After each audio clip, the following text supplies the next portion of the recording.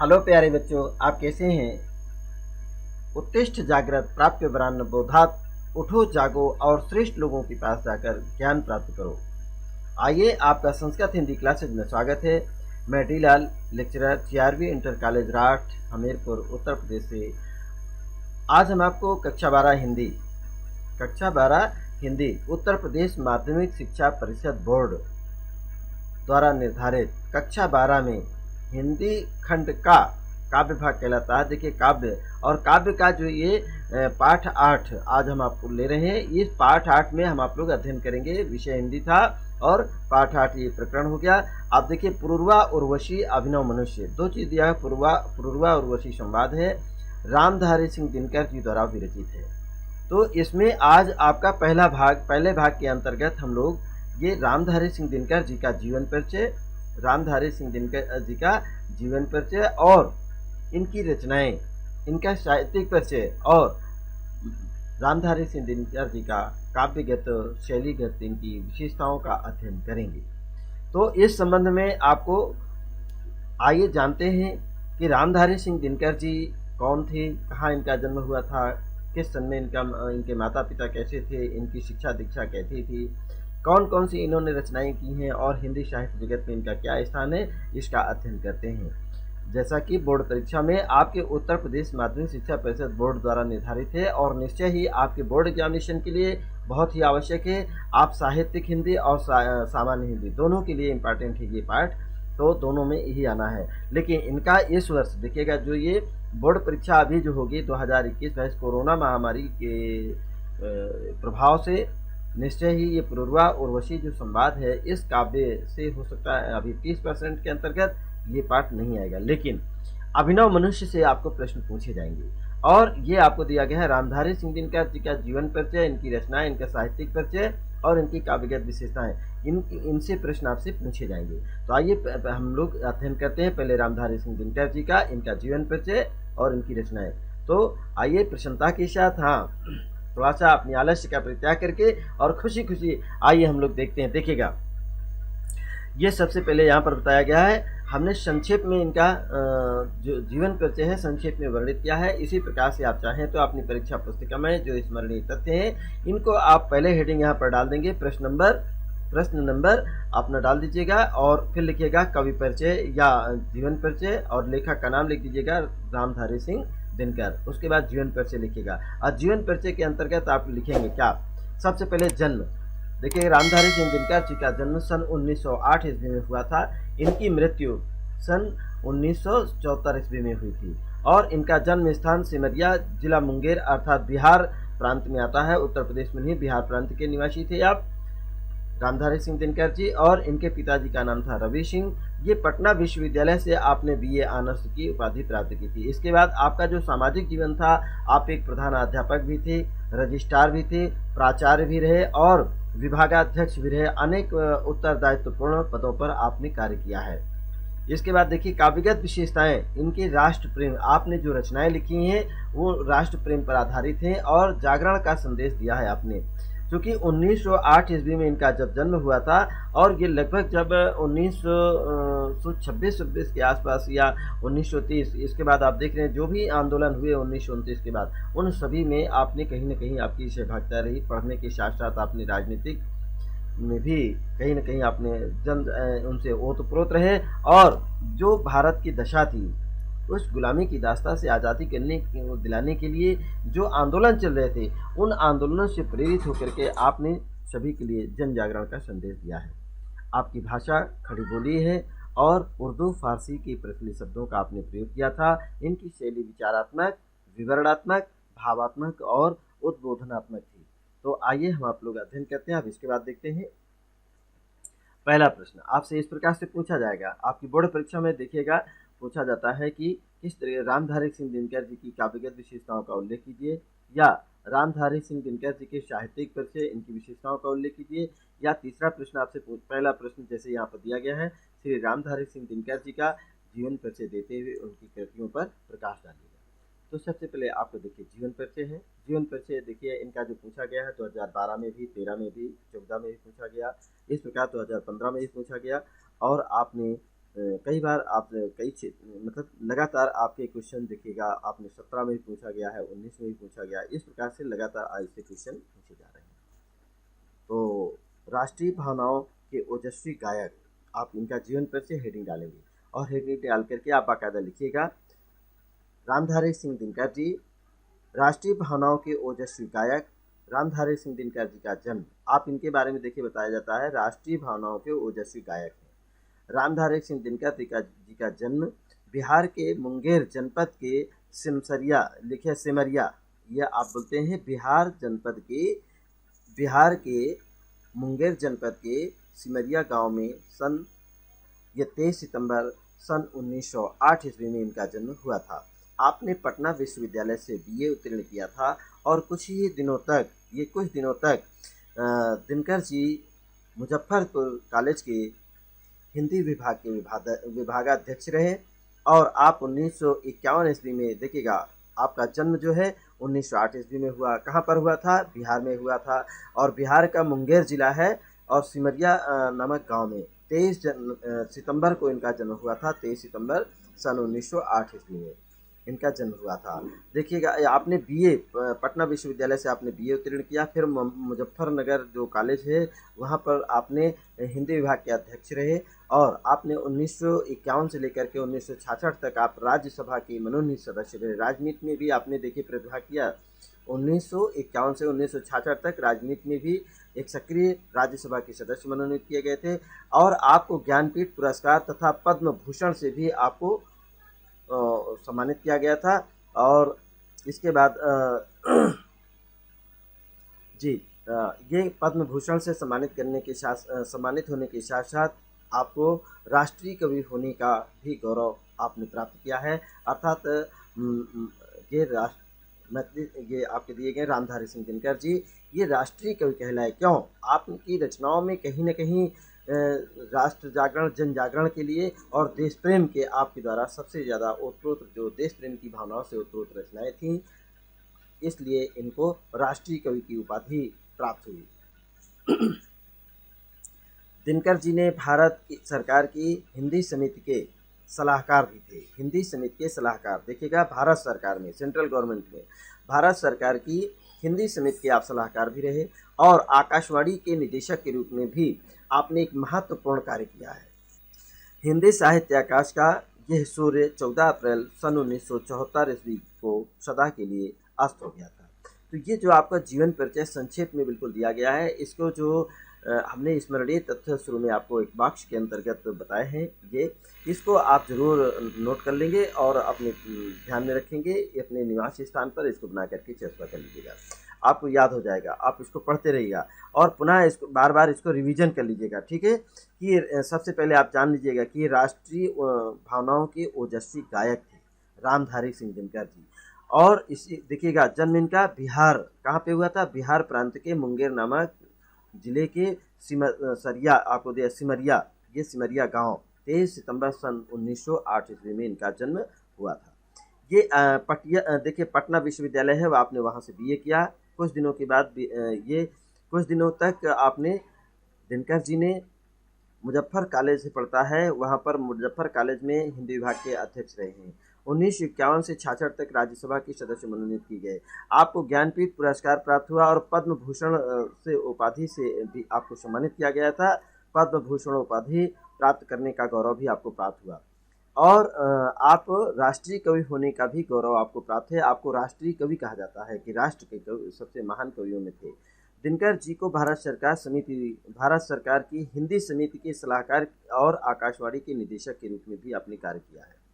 और ये हिंदी के जो साहित्याकाश जो सूर्य थे वो 24 अप्रैल, देखिए आप फिर से 23 सितंबर को इनका जन्म हुआ था। ये आपको दिया गया है 23 सितंबर को इनका जन्म और इसके बाद 24 अप्रैल सन 1974 ईस्वी को सदा के लिए अस्त हो गए, अर्थात अमर हो गए। और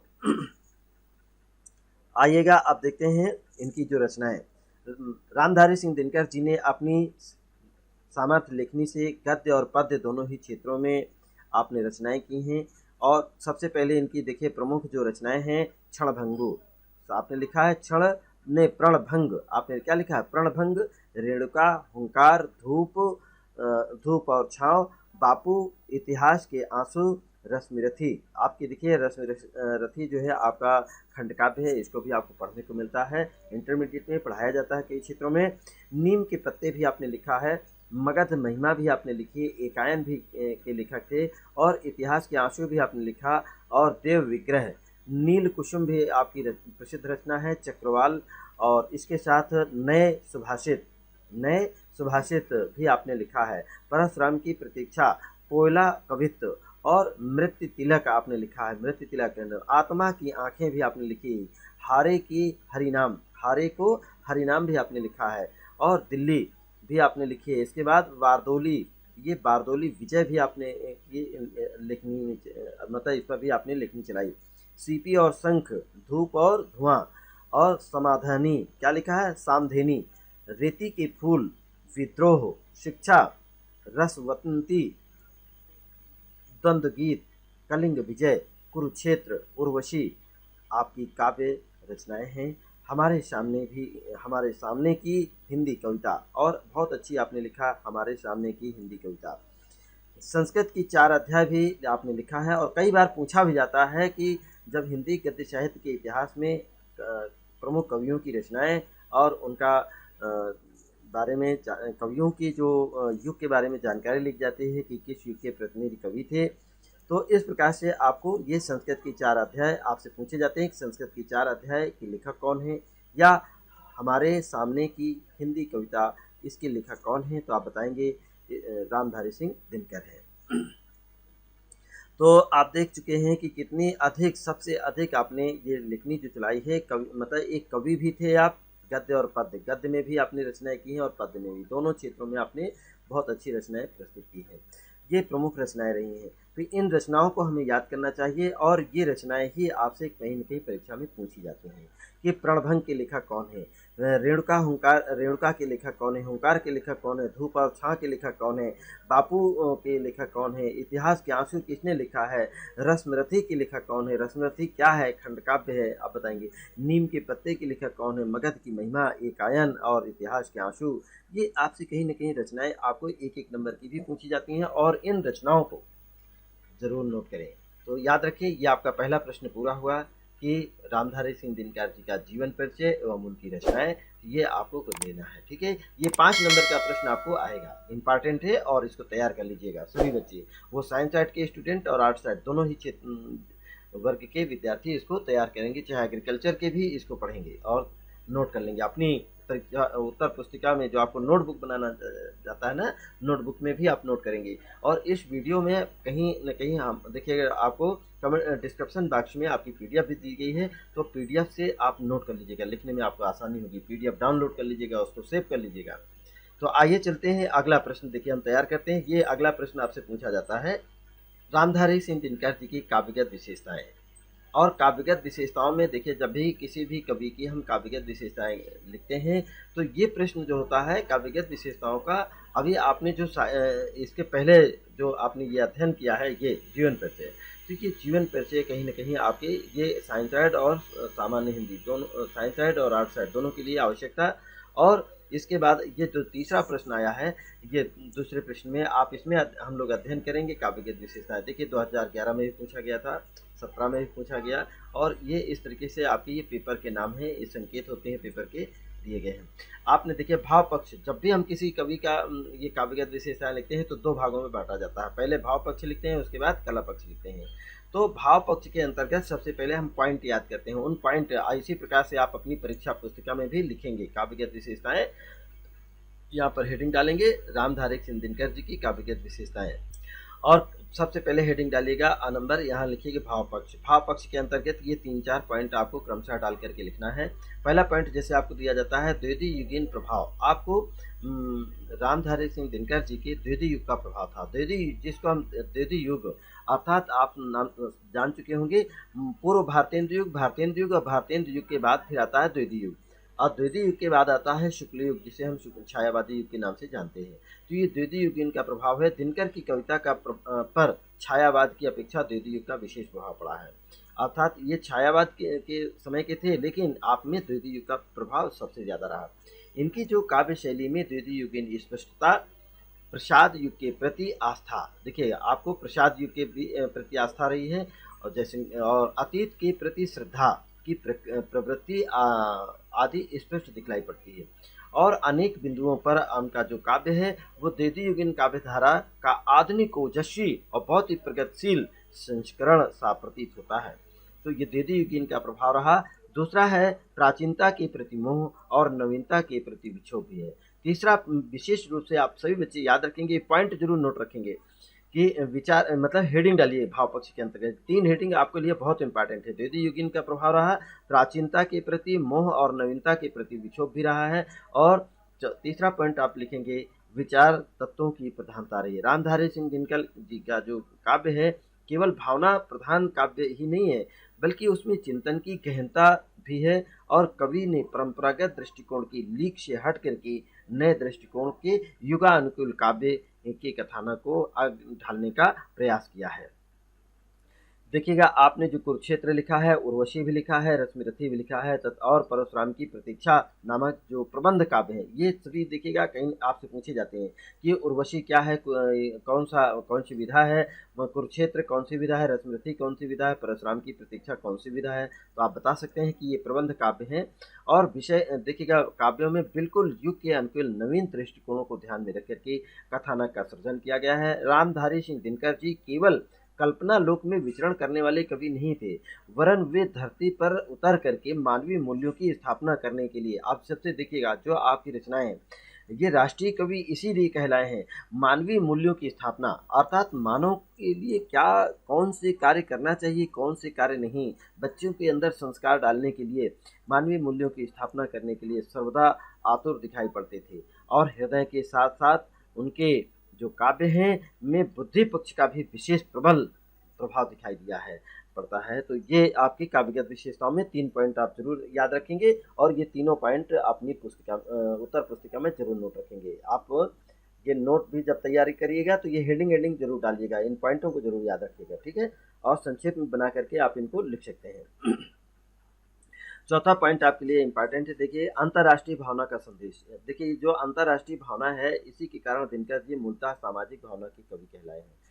उनके प्रथम काव्य संग्रहों में रेणुका जी और हुंकार में उनके प्रारंभिक विचार मंथन की युग की रचनाएं हैं। आप देखिएगा रेणुका जी आपने लिखा है, रेणुका भी लिखी है आपने, और हुंकार भी आपने लिखा है। ये हुंकार 2 रचनाएं हैं इनकी, रेणुका और हुंकार।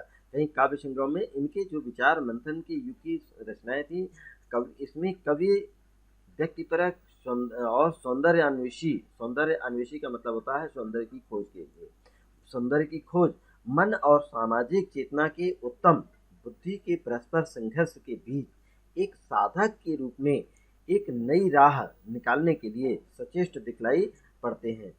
सामधेनी में देखिए, सामधेनी भी आपकी रचना है, में कवि की सामाजिक चेतना, स्वदेश प्रेम, देखिएगा सामधेनी में क्या लिखा है, स्वदेश प्रेम, और परिचित परिवेश की परिधि से बढ़कर के विश्व वेदना का अनुभव कराती हुई जान पड़ती है। इस प्रकार कवि की राष्ट्रीय भावना से भी ऊपर उठ करके अंतर्राष्ट्रीय भावना के प्रति एक गहरी इनकी ललक थी, और इसीलिए देश में व्याप्त सांप्रदायिकता में राष्ट्रीय पतन को देख करके कवि क्षुब्ध हो उठा था। और किस प्रकार से उनके मन में भाव लिखा था, जलता है हिंदू मुसलमान, क्या लिखा था, जलता है हिंदू मुसलमान, भारत की आंखें जलती हैं।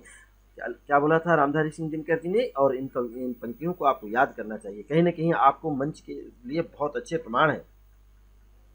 जलता है हिंदू मुसलमान, आंखें भारत की आंखें जलती हैं, हिंदू और मुसलमान भारत की 2 आंखों के समान है, नेत्र के समान है। आने वाली आज़ादी को लो दोनों आंखें जलती हैं, आने वाली आज़ादी की, आने वाली जो आज़ादी है, लो दोनों आंखें जलती हैं, अर्थात हिंदू भी जल रहा है और मुसलमान भी जल रहा है। कहीं ना कहीं राष्ट्रीय भावना इनमें अंतर्राष्ट्रीय भावना भी प्रेरित है। और 5वां जो है प्रकृति चित्रण पर भाई छायावाद का प्रभाव है। लेखक देखिएगा द्वितीय युग के बाद ही आता है छायावाद। तो द्वितीय युग में के बाद जैसे ही छायावाद आता है तो दिनकर जी के जो प्राकृतिक चित्रण है उसमें छायावादी भावनाएं दृष्टिगोचर होती हैं। जैसे आपके सामने उदाहरण दिया है, देखिएगा कंचन थाल, क्या लिखा आपने, कंचन थाल सजा सौरभ के ओ फूलों की रानी और अलसाई सी चली कहो करने किसकी अगवानी, अलसाई सी चली कहो करने किसकी अगवानी। आपने ऐसे काव्यों की रचना की है और इसलिए इनमें प्राकृतिक चित्रण है, अर्थात फूलों की रानी, थाल सजा करके कंचन थाल सजाना, और इसके साथ ही अलसाई चली है कहो कैसी अगवानी, किसकी अगवानी करने के लिए आपने चली है। तो इसमें प्राकृतिक चित्रण में दिनकर ने भले ही छायावादी मानवीकरण अपनाने का प्रयास किया हो, साथ ही किंतु उनकी जो स्वरों में कोमलता है और सुकुमारता नहीं आने पाई, कोमलता और सुकुमारता नहीं आने पाई। उनका जो स्वर है भले ही ऐसे अवसरों पर हुंकार, हुंकार देखिएगा आपने नाम सुना होगा, हुंकार न बन पाया हो, किंतु उनमें छायावादी गुंजन नहीं सुनाई पड़ता है। अब देखिएगा अभी तक आपने 4 पॉइंट जो प्रमुख थे वो आपको बताए गए हैं। इन 4 पॉइंटों में आपने देखिएगा अंतर्राष्ट्रीय भावना का समावेश है और प्रकृति चित्रण पर छायावादी प्रभाव है। इसी के साथ आपकी रचनाओं में द्वितीय युगीन का प्रभाव है, प्राचीनता के प्रति मोह है और नवीनता के प्रति विक्षोभ है। इसी के साथ विचार तत्वों की प्रधानता है। ये 5 प्रमुख पॉइंट हैं, इनको हेडिंग जरूर आप अपनी नोटबुक में लिख लें और इस पर आप जो है 3-3, 4-4 लाइन बना करके स्वयं से लिखने का प्रयास करें। इसके बाद आता है आइए कला पक्ष। आप कला पक्ष में लेते हैं, सबसे पहले हेडिंग डाल जाती है भाषा शैली। तो भाषा शैली में दिनकर जी की भाषा साहित्यिक खड़ी बोली। अब देखिए खड़ी बोली कहलाती है, जो खड़ी बोली किसे कहते हैं, जिसको हम खरी बोली कहते हैं, खड़ी बोली या खरी बोली। मथुरा और कहीं कहीं पर ये ब्रज भाषा, जहाँ पर आपको मथुरा आदि का ये क्षेत्र है, तो यहाँ पर कहा जाता है कि पड़ी बोली, अर्थात इसको पड़ी बोली के नाम से भी जाना जाता था। आइए रामधारी सिंह दिनकर जी की जो भाषा है साहित्यिक खड़ी बोली है, इसमें जिसमें संस्कृत के तत्सम शब्दों का विशेष प्रयोग हुआ है और कहीं कहीं उर्दू और चलते फिरते शब्दों के प्रयोग से भाषा और भी अधिक प्रवाहमयी हो गई है। अब देखिए भाषा की जो विशेषता आप बता सकते हैं, भाषा प्रवाहमयी है, भाषा प्रवाहमयी है, शुद्ध साहित्यिक खड़ी बोली है और भाषा प्रवाहमयी है, तत्सम शब्दों का प्रयोग है। ये आपके उदाहरण दिए गए हैं कि किस प्रकार से आपने उर्दू और फारसी के और मुहावरों तथा लोकोक्तियों का भी आपने प्रयोग किया है। इसी के साथ आप देखिएगा इनमें भाषा में कहीं कहीं पे आप देखेंगे व्याकरण संबंधी अशुद्धियाँ भी आपको देखने को मिलती हैं। और चूँकि ये आधुनिक हिंदी साहित्य के जो जन्मदाता थे भारतेंदु हरिश्चंद्र जी, उसके बाद ये के कवि हैं। कहीं न कहीं हिंदी में जो सुधार और जो लेखन संबंधी कार्य था, जब हम पद्य की रचना ज़्यादा करते हैं तो पद्य में व्याकरण का विशेष ध्यान नहीं देना होता है, लयबद्धता प्रमुख होती है। भाषा में गंभीर भावों का अभाव अवश्य खटकता है। उनके काव्य की भाषा माधुर्य गुण की अपेक्षा प्रसाद गुण और ओज गुण से अधिक संपन्न है। विषयों के अनुसार दिनकर जी की जो शैली है 2 प्रकार की है, एक प्रबंध शैली और मुक्तक शैली, दोनों प्रकार की शैलियों का आपने प्रयोग किया है। तो कहीं न कहीं शैलियों को देखिएगा, अभी आपने अध्ययन किया था भाषा, भाषा के बाद आ गई शैली। तो शैली में प्रबंध शैली और मुक्तक शैली।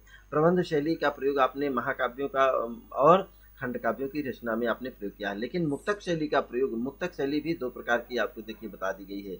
ये प्रबंध शैली और मुक्तक शैली। अब मुक्तक शैली भी 2 प्रकार की हैं, प्रबंध मुक्तक और भाव मुक्तक 2 प्रकार के होते हैं।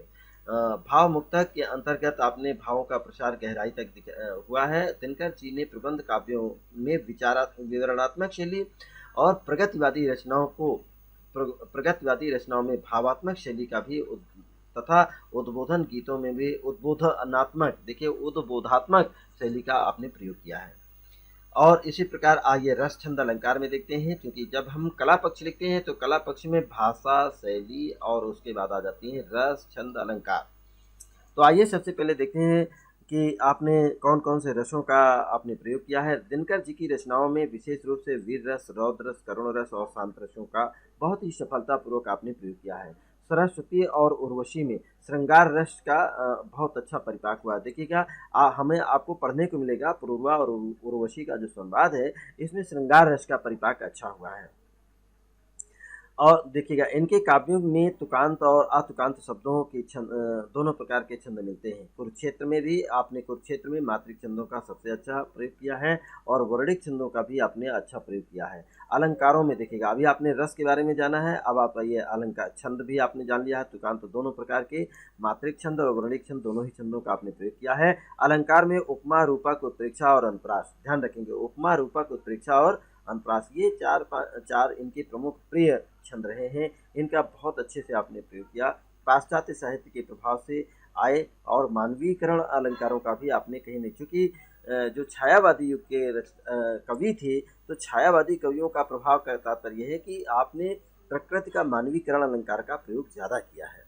और इस प्रकार आप जान चुके होंगे, भाषा, भाव और शैली की दृष्टि से कहीं न कहीं दिनकर जी आधुनिक हिंदी के सर्वश्रेष्ठ कवि थे और वे इस युग के प्रगतिशील, राष्ट्रीय चेतना से संपन्न, मननशील कवियों में अपना सर्वोच्च स्थान रखते थे और वे अपने समय के राष्ट्रीय कवि रह चुके हैं और अपने जीवन काल में कहीं न कहीं अपनी काव्य साधना के कारण वे पर्याप्त गौरवपूर्ण अपना सम्मानित स्थान प्राप्त करने में सफल रहे हैं और यहाँ तक कि आपको भारत सरकार और उत्तर प्रदेश सरकार द्वारा भी आपको कहीं पुरस्कृत किया गया है, इनको सम्मान प्राप्त हुआ है।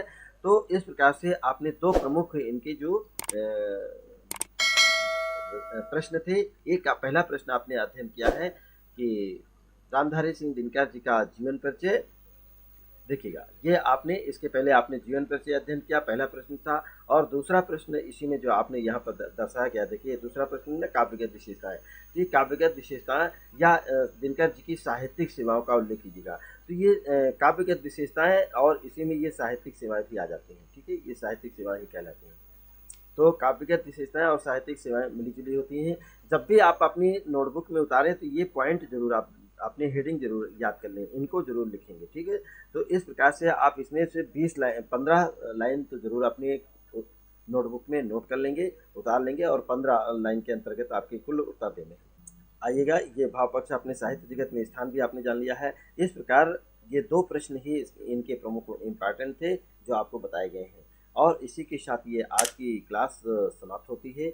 आप अपना ख्याल रखें। आगे फिर हम इनके पूर्वा और उर्वशी संवाद और अभिनव मनुष्य, इस पर हम आपको बताएंगे और हमारे द्वारा जो आपको बताया जा रहा है कहीं न कहीं आप इनको मनन करें, चिंतन करें और ये वीडियो को देखें। हमारे आपके लिए कल्याणकारी है, किस प्रकार आप राष्ट्रीय कवि बन सकते हैं और रामधारी सिंह दिनकर जी ने क्या ऐसा किया जिससे कि वो राष्ट्रीय कवि उनको कहा गया और राष्ट्रीय कवि की उनको उपाधि प्राप्त हुई है। तो इस पर भी आप विचार करें और इसी के साथ ये आज की क्लास समाप्त होती है। हम कल फिर मिलेंगे और कल के लिए जो तैयारी होगी वो आप इनका जो अभिनव मनुष्य है, इस वर्ष अभिनव मनुष्य बहुत ही इम्पोर्टेंट है और आगामी वर्षों के लिए कहीं न कहीं कि आपके पूर्वा और उर्वशी संवाद भी, इसको भी हम आपको व्याख्या करेंगे। पहले हम इसकी व्याख्या करेंगे और संदर्भ बताएंगे, इनकी जो भाषागत शैली के जो विशेषताएं हैं, इनका काव्य सौंदर्य है वो भी बताएंगे। तो आप अपने घर पे इसको पढ़ करके आइए, तैयारी करके आइएगा। कल फिर मिलेंगे, तब तक के लिए आप अपना ख्याल रखें, खुश रहें, प्रसन्न रहें। आपको सभी को क्लास में आने का बहुत बहुत धन्यवाद और आप सभी को हमारा नमस्कार।